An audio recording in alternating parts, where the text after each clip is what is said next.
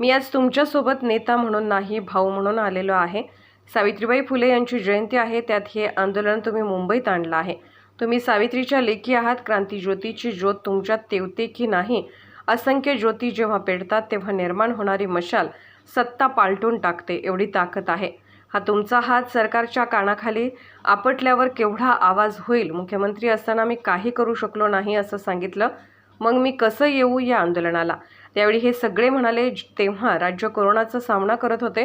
डिसेंबरपासून लढा तुमचा सुरू आहे। काही ऐकतं का तुमचं सरकार? आंदोलन पेटलं की मंत्री येतात आणि पुढच्या अधिवेशनात विषय मार्गी लावू असं म्हणतात। अरे पण तू पुढच्या अधिवेशनात मंत्री म्हणून राहशील का?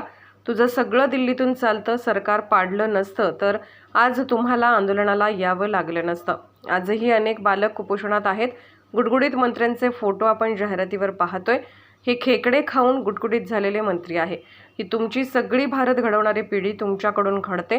यांना सरकार आणण्यासाठी खोके आहेत, पण तुम्हाला मानधन द्यायला पैसे नाहीत। तुम्हाला वाटत असेल भाजपला मत द्या, जरूर द्या। आता अयोध्येत राम मंदिर होतंय, तुम्ही राम भक्त नाहीत का? लाडली योजना आमच्या भगिनींसाठी का नाहीत? या लाडली तुमच्या नाहीत का? कोरोनामध्ये तुम्ही घरोघरी जात होतात म्हणून हे श्रेय तुमचं आहे।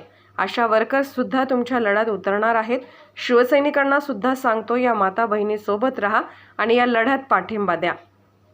राम मंदिर कोणत्या पक्षाची प्रॉपर्टी नाही। नवीन वर्ष हॅपी न्यू इयर करताय, पण जनता हॅपी कुठे आहे? हे सरकार म्हणजे तंगड्यात तंगडं। अरे खेकडे तुमच्यापेक्षा बरे। सेल्फी पॉईंट रेल्वे स्टेशनवर उभे केले। नरेंद्र मोदी सोबत सेल्फी पॉईंट, यावर 6 लाख रुपये खर्च झाले। मला जेव्हा वाटेल तेव्हा मी राम मंदिर दर्शनाला जाईल। मला कोणाच्या निमंत्रणाची गरज नाही। तुम्ही भीक मागत नाहीत, हक्काचं मागत आहात।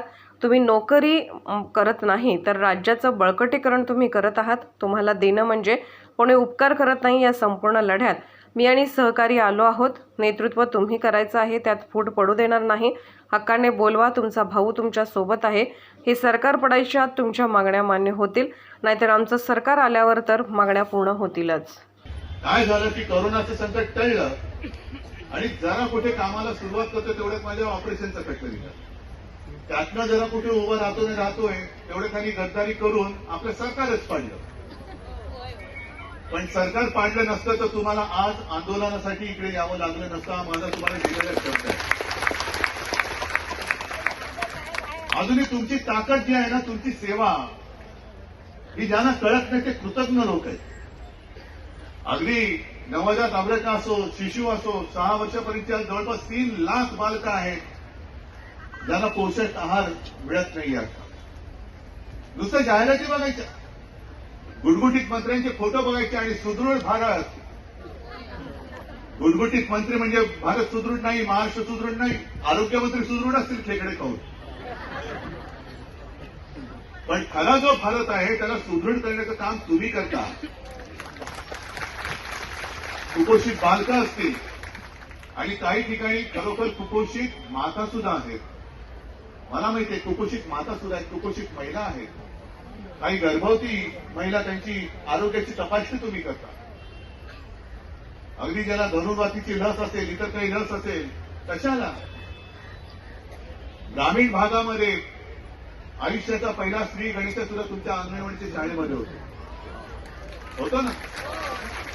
मग ही सगळी पिढी म्हणजे भारत घडवणारी ही खरी शक्ती आहे, ही ताकद आहे, ही तुम्ही आहात। आणि तुम्हाला द्यायला पैसे नाहीत। यांच्याकडे जाहिराती होती, उधळायला पैसे आहेत। या सरकारला काय सरकार म्हणतात? अरे जरा मोठ्याने बोला ना। खोके सरकार।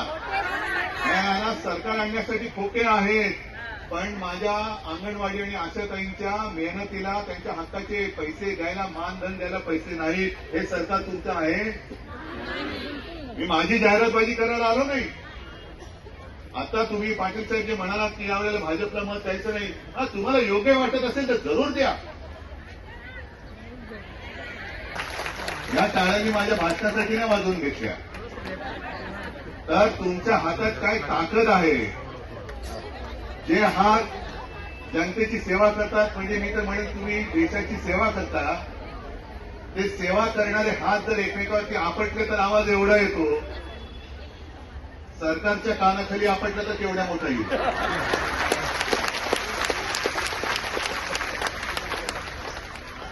एका गोष्टीचं मला नक्कीच एक नाही म्हटलं तरी खेद आहे, जरूर आहे. कारण मधल्या काळामध्ये मी मुख्यमंत्री होतो.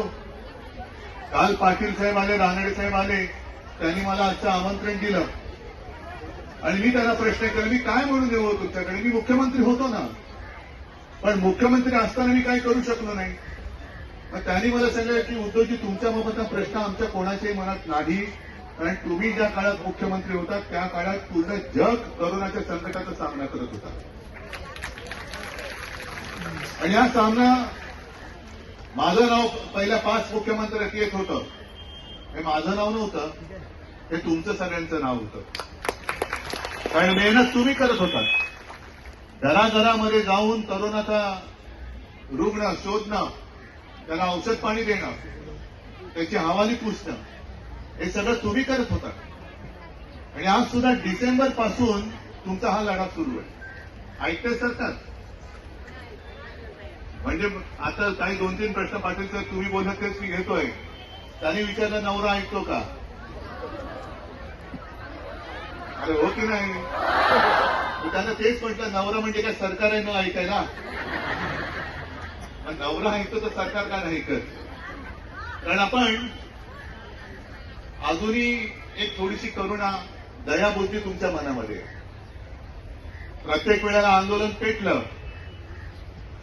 की मंत्री येतात आणि मग जरा हे अधिवेशन जाऊ द्या, पुढच्या अधिवेशनात आम्ही याचा निकाल लावतो. अरे पहिलं पुढच्या अधिवेशनात पहिलं तू टिकशील का? तुझं सरकार राहील का? तुला दिल्लीतनं जसं बोलतं जातं करावं लागतं तसं तू करतोस. मी नागपूरच्या अधिवेशनाच्या काळात तिकडे नागपूरला होतो. त्यावेळेला मला ते जुनी पेन्शन योजनेसाठी ती सगळी नेते मंडळी आली आणि त्यांनी मला आमंत्रण दिलं. मी गेलो तिकडे आणि तिथे जे मी बोललो तेच तुम्हाला सांगतोय की जर आपलं वर्षातही तुम्ही माझ्या मंत्रिमंडळातल्या सहकारी होत्या, आणखीन काही सहकारी इकडे असतील, माझं सरकार मी निवडणार. अगदी होऊ दे तिकडे राम मंदिराचं लोकार्पण. राम मंदिर ही कोणाच्या पक्षाची खासगी प्रॉपर्टी नाहीये, ती आपल्या सगळ्यांची आहे. त्या विषयावर मी आता आपल्यासमोर बोलणार नाही, बोलण्यासारखं खूप आहे. पण मला आता इथे राजकारण आणायचं नाही किंवा धर्मकारण आणायचं नाहीये. पण तुमची सेवा करून घेऊन सुद्धा अगदी तुम्हाला लक्षात असेल, जेव्हा आम्ही युतीमध्ये होतो, देवेंद्र फडणवीस मुख्यमंत्री होते आणि तुम्हाला ते नेसपानं काय कोणत्या लावून होते काय, आणि मी सांगितलं होतं याद राखा, एका जरी माझ्या भगिनीला केसाला धक्का लागला तरी मी सरकार पाडून टाकेन. आताचं जे काही 3 भाग सरकार जुळलेलं आहे, तंगड्यात शेकडा बारा शेकडा तरी सरळ जाईल करायची, पण हे सरकार नाही सरळ जाणार. हे सरकार असं बिघाडी सरकार जे म्हणतो ना, आम्हाला म्हणत होते, आता त्यांचं सगळं बिघडलं. फक्त स्वतःचे फोटो छापतायत. मध्ये तर मी ऐकलं की देशभर रेल्वे स्टेशनवरती सेल्फी पॉइंट तयार केले. कोणाबरोबर फोटो? कोणाबरोबर? अरे बोला ना तुम्ही. मोदींबरोबर फोटो. एका सेल्फी पॉइंटची त्यांना विचारलं आरटीआयच्या अंतर्गत याला खर्च किती आला, तर खर्च त्याला त्यांनी सांगितलं किती, 6 का 6.5 लाख रुपये. 6.5 लाख रुपये पाटील साहेब एका सेल्फी पॉइंटला. अशी देशभरात किती झाले असतील? आणि सेल्फी काढून काय मिळणार तुम्हाला? त्या तिथे जे काही कोचरे पुरवले जातात सरकारचे जाहिरातीचे, हे माझ्या इथे माझ्या कार्यकर्ते ज्या महिला आहेत, ज्या देशसेविका आहेत, जनसेविका आहेत, त्यांना त्यांच्या हक्काचं का देत नाही? सेल्फी पॉइंट काढला पंतप्रधानांबरोबर, काय घरात काय मिळालं? रामलल्लाचं दर्शन जरूर, मी सुद्धा जाणार आहे राम मंदिरामध्ये, पण ते कोणाच्या आमंत्रणाची मला गरज नाहीये. जसं मी पूर्वी गेलो होतो तसं जेव्हा माझ्या मनात येईल त्यावेळेला मी राम मंदिरात जाईल. पण दर्शन घेतल्यानंतर पुन्हा प्रश्न हाच येतो की माझ्या घरामध्ये गेल्यानंतर मी माझ्या मुलाबाळांना खायला काय देऊ? जो पोषक आहार तुम्ही कुपोषित बालकांना देता, तुम्ही सर्व त्या कुपोषित बालकांची वगैरे काळजी घेता, पण तुमचं कुटुंब कुपोषित राहतं. तुम्ही स्वतः कुपोषित आहात. कुपोषितपणे काहीच मिळत नाहीये. कोणी लक्ष द्यायचं याच्याकडे, कोणी आवाज उठवायचा? आणि आता निमूटपणाने काम करणं सोडून द्या. तुम्ही भीक मागत नाही आहात, तुम्ही तुमच्या हक्काचं मागता आहात. आणि तुम्ही मी परत एकदा सांगतो, नुसतं तुमची नोकरी करत नाही आहात, तर जी मोठी मोठी स्वप्न राज्यकर्ते दाखवतात, सुदृढ देश, सुदृढ महाराष्ट्र, काय बळकट हे बळकट ते बळकटीकरण तुम्ही करता आहात. जिथे आम्ही जाऊ शकत नाही तिथे तुम्ही जात आहात. अत्यंत दुर्गम भागात जाता, ग्रामीण भागात जाता, घराघरात जाता. आणि तुम्ही आता 22 जानेवारीला राम मंदिराचं लोकार्पण होतंय, मग तुम्ही काय राम भक्त नाही आहात की नाही? मग तुम्ही म्हणजे मध्य प्रदेशमध्ये निवडणुका जिंकले भाजपा, सगळ्यांचं असं होणार होतं की मध्य प्रदेश सुद्धा भाजपा हरणार, पण जिंकल्यानंतर त्यांनाच कळलं कसं जिंकलो. काही म्हणतात ईव्हीएम वरती जिंकले, पण जी कारण मीमांसा झाली त्याच्यात एक कारण आलं की लाडली बहिणा ही काही एक योजना तिथल्या जनतेच्या त्या महिलांसाठी तिथल्या सरकारने राबवली. मग माझ्या या सगळ्या भगिनी आहेत त्या काय लाडल्या आहेत की नाही?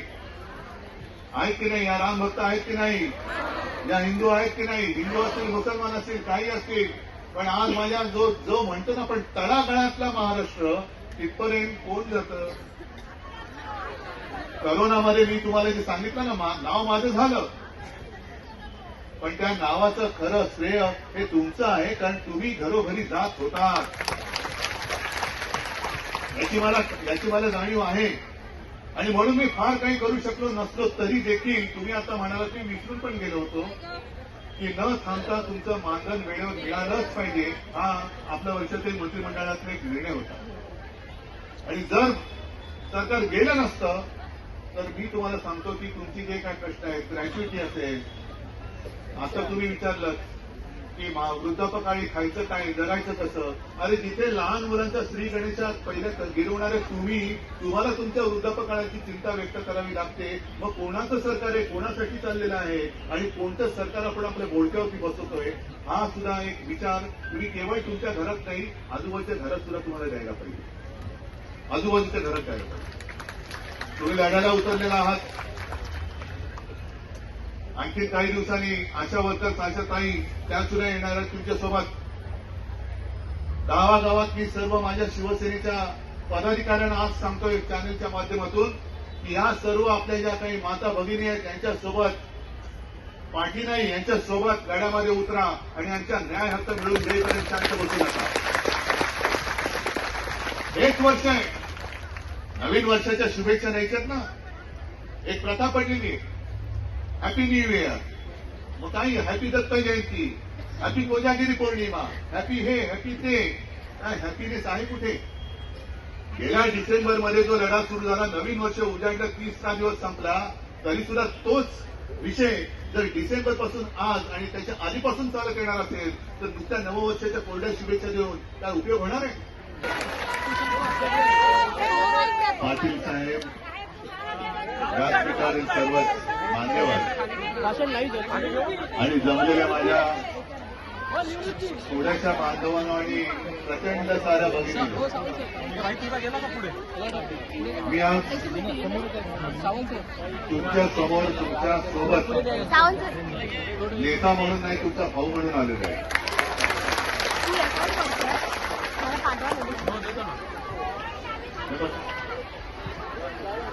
नवीन वर्ष नेहमीच्या प्रथेप्रमाणे जगदाटीप्रमाणे सुरू झालेलं आहे.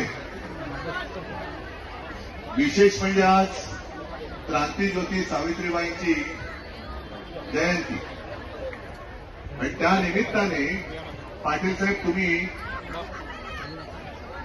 हे आंदोलन मुंबईमध्ये आणलेलं आहात. हल्ली क्रांतीज्योती, क्रांतीसूर्य, महात्मा अशी बिरुद लावू शकू अशी माणसंच राहिलेली नाही.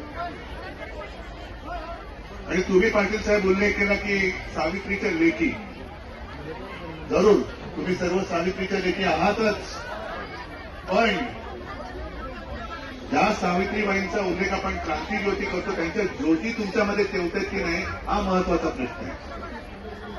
आणि या ज्योती एक शांतपणा पण असतो, बंद पाण्याने तेवणारे ज्योती असतात, पण असंख्य ज्योती जेव्हा एकत्र येतात तेव्हा त्याची मशाल पेटते आणि ती पेटलेली मशाल कोणाची सत्ता असो जाळून खाक करू शकते. आणि मग अशी पाटील साहेब तुम्ही विचारत होता आणि तुमच्याकडनं त्यांना प्रतिसाद पाहिजे, टाळ्या जोरात पाहिजे, आवाज जोरात पाहिजे. अजून येत नाही. जरा एकदा 2 हातात टाळ्या तर वाजून दाखवा.